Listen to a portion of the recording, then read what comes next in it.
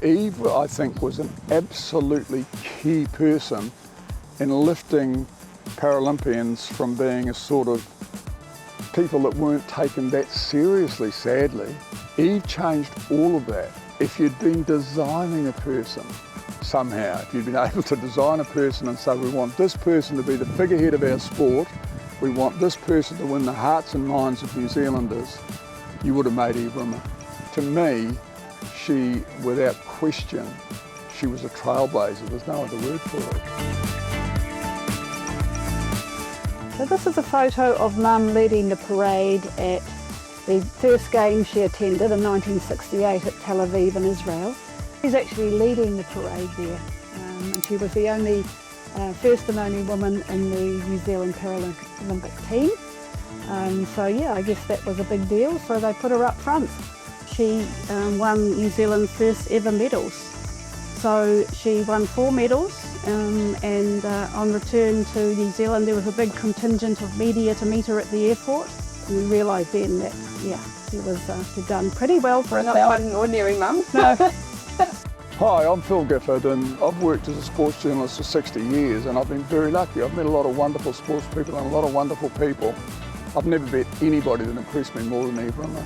She was the world javelin champion, she was the shot put champion, she was also a swimming champion. I mean, this was an amazingly athletic and brilliant sports person. You're not sure where this photo was taken, but it's a good shot of Mum preparing to throw the javelin. She saw an article in the paper about Jim Savage, and he was a local para, and he was appealing for other paras in the area to join him in forming a club. So she gave him a call, and he offered to bring her over some equipment for her to have a crack at. And he turned up in Edgecombe one day with a javelin, a shot put and a discus, and she tried them out on the back lawn, and she was hooked. And he could immediately see the potential in Mum.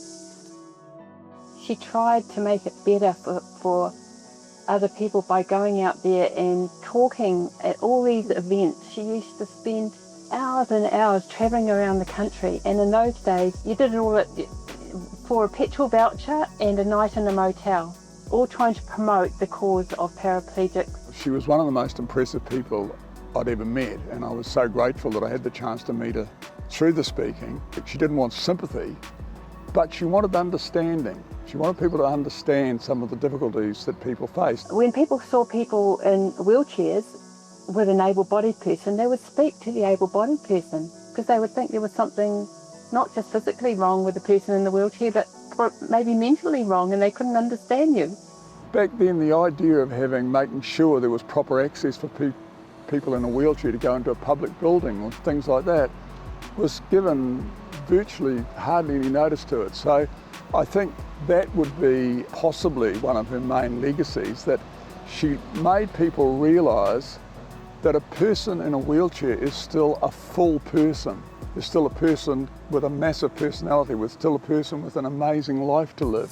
I think I'm most proud of just her determination, because there were an awful lot of challenges for her to overcome when she came out of hospital, and very little support, and she had as normal a life as possible. She met a man, she fell in love, she got married, she had children, she ran a household, and she did all of that while she was training and attending events overseas and winning medals. I think Eve would be absolutely thrilled by what's happened with the Paralympic movement. You know, I mean, when she went to her first games, I think there were 14 men in her, you know, and so on every count, from the interest that the public take in it, from the ability and the hard work that the current athletes put into it.